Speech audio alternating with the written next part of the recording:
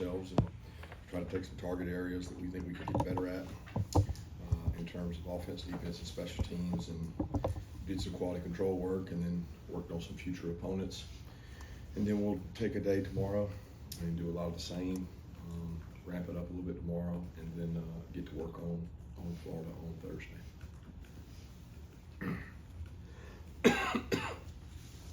Coach, kind of a two-part on the two targeted calls. I guess number one, what kind of feedback did you get back to the league about those? I guess especially Joe Nails, it seemed like that wasn't quite as great as just maybe the first, but also if you're a defender and you know your offensive player is ducking his head, what is he supposed to do in that millisecond of time to keep him from having that kind of collision? Yeah, not duck his head. I mean, that's what the defender's supposed to do. You know, I mean, if that's my son out there and he's got the ball and he's running the ball, I don't want him ducking his head with the ball like their offensive player did. I certainly don't want our defensive players ducking their head or the crown of their helmet being used. It's very dangerous. You know, I can't get into the commentary, but you know, both of those were really close, unfortunate, borderline situations, because one came from an offensive player lowered his head, and then Dan mirrored it, and then Joe Nails is really tough because he's trying to avoid helmet to helmet. He's trying to avoid going high, which most you know, NFL offensive players would rather you hit them high than hit them low, because their legs are their career, and it's tough. They're tough calls in both situations, but everybody's trying to work on the safety of the game, and that's the focal point. Yeah, Kirby mentioned just looking at target areas of improvement. Just as far as the secondary goes, where do you want to see that unit continue to grow and get better down the stretch, and just overall, what are your thoughts on that group so far this season?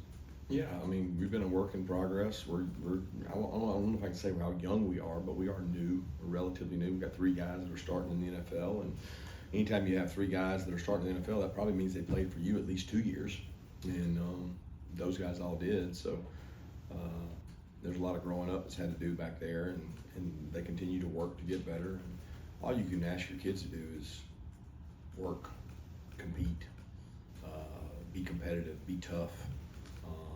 And they do that, and I'm pleased with how hard they work and compete. We haven't made some plays on the ball that I think could have rewarded us, or maybe, you know, when offenses make mistakes, we don't capitalize on that mistake, you know, a la drop picks.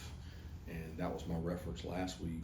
I mean, after the game, I think some people took it to be about the offense, but my comments were about the number of drop picks we had in one game. I don't think I've ever seen anything like that. And that's where you have to hurt teams. You have to turn those into turnovers, and when you don't, they're just incompletions. So we got to play the ball down the field better. Coach, are you able to provide any update on Smile London's status and just what he's been able to do this week? Yeah, we're hoping to get Smile back. Can't wait to get him back. Hopefully it'll be soon. He's out there with us right now, and don't know when it'll be. Kirby, going back to the 2 targeting calls and just the way you all responded to them, what did you make of the way that KJ and Ja'Cory played?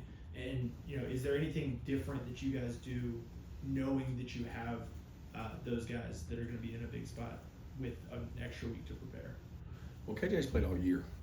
He's rotated and played a significant amount of football. So, you know, we look at KJ as a starter, and you know, he'll be prepared to play. And Ja'Cory started and played against Clemson the whole game. So we've got other guys that are capable of other packages and things we can play, and we'll have to rely on that to prepare. But again, we're not really worried about that right now. We're worried about how do we block better, tackle better, cover better, so many things we can get better at, including those guys, including the guys that may or may not be out. You know, they've got to get better. I guess just wrapping up the targeting and everything, that I wasn't aware until after this week that there is an appeals process on that. Just wondering if you guys are exploring that at all for both or either. I understand it has to go through the NCAA, which was interesting. I didn't realize that.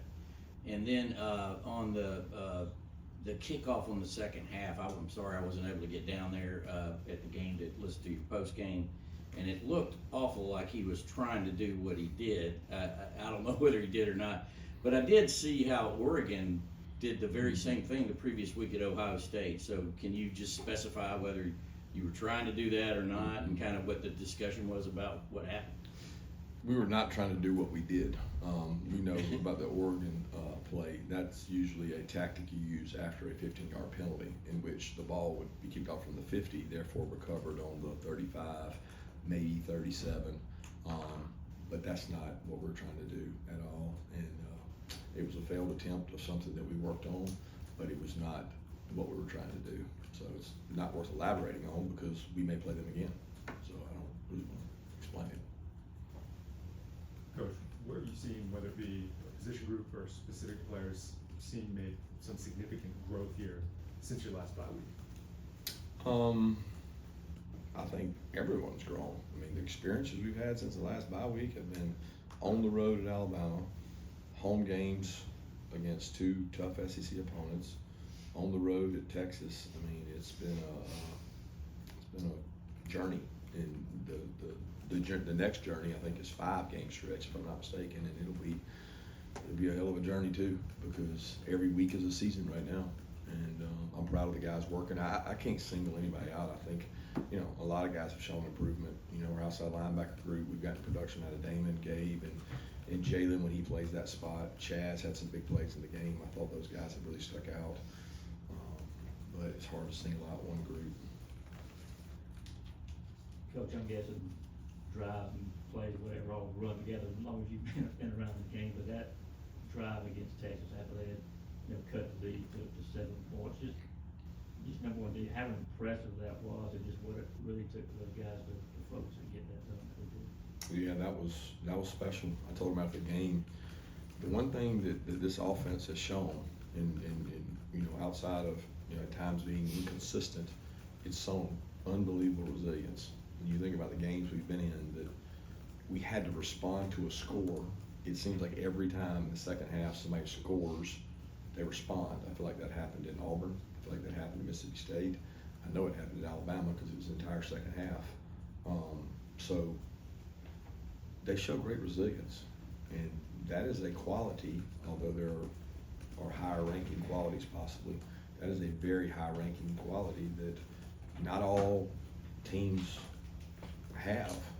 And I don't like the back against the wall mentality that you come out fighting, because I don't like to play with my back against the wall. I want to start aggressively and attack, but there's times where you lose momentum and you have to respond to that, and they have been very good at that. Some clarity on the targeting appeals process, which I'm not familiar with. Do you guys know if those guys are available before, or is that still remain to be seen? I'll be honest with you, I'd rather not talk about it. So, I mean, you know, it's one of those things that I don't really know the process, to be honest with you. So, we'll see how it goes. Yeah, Glenn Shue and his wife had a baby last Wednesday, and I'm just wondering, as a coach, what's it like trying to balance the life and football aspects of it, and how would you assess how Glenn did in terms of inputting on the game plan and executing the defensive game plan this week? Yeah, he did a tremendous job. I think, you know, first thing as a coach, you don't plan to have a baby in season, so that's the first mistake you make is that. You got to get your priorities in order when you do that. But it's also his third. So Lauren's incredible, coach's wife. She does a tremendous job supporting him and his players, and she's a wonderful mother and great wife. She was at Alabama with Glenn and I, and worked there in the football office, and she does wonderful things for the players and does so much, and she's done a great job with kids. And we knew it was around that time. He said he was going to have a plan for it, and he executed the plan to a T. So he didn't miss a beat. He got things set up where everything could go down Wednesday after practice, which we go home then, and he was back in work Thursday morning at 7 o'clock with a smile on his face and a baby born. And he did everything he needed to do to not really miss a beat. I mean, we have guys miss all the time. Our special teams coordinator, Kirk Benedict, just had a baby as well right after the Texas victory. So he planned his a little better for the bye week. Chris Cole played on a lot of third downs on Saturday night. How have you seen him progress throughout the season and being able to rely on him in those big situations? First off, if you want to say that player has made one of the biggest jumps, going back to your question, Chris Cole has made from the time he arrived to now, he has improved immensely. He and Justin Williams are so high character and toughness and intangibles, they almost compete against each other and drive each other like off the scales in terms of competitiveness and doing things right no matter who's watching. And I think that's a really good trait for a young player, is to be like, it really doesn't matter who's watching, I'm gonna always do it right. That's Chris Cole and Justin Williams. But Chris has put himself in a position because he has really elite speed and flexibility to be able to cover, and he's got great length. And I think Schumann did a great job identifying those two guys as high character, high intangible players. And Chris has helped us. He's gotten smarter and smarter. And you know, the smile situation has afforded him that opportunity. He and Jacory have played in that role some in third down. Yeah, Coach, you mentioned the drops, both offensively and defensively, particularly on the offensive side of the ball. How can you as a coach go about trying to coach that out or improve upon that area? You know, I think you have to be careful. You have to ask yourself why. You go through them, watch them, you try to analyze it, and you want to create confidence. You want to create an environment of learning and teaching. And you know, I thought Coley did a good job talking to him and explained to him that I think we're second in the SEC in passes per game. So we must have hellified confidence in them if we're second in passing attempts per game in the league. So we do have tremendous confidence in them, the backs, and the tight ends, and we're going to continue to do that. I don't think you can be a good football team if you can't throw and catch the ball. And we have a guy that's a weapon. There are a lot of teams out there in the country that wish they had a quarterback that could put them in the right play and has the ability to fix the protection and has the ability to get the ball to the right guy efficiently. So I know a lot of receivers want to play with a guy like that. Coach, I think I saw a stat today on Brett Thorpe. I know he's averaged, I think, what, 4.64 second was hang time this year. Maybe I think that's the number one, you know, mark in FBS right now. Just how valuable it is to have a guy like that and put your special teams position to go in and make plays time after time again.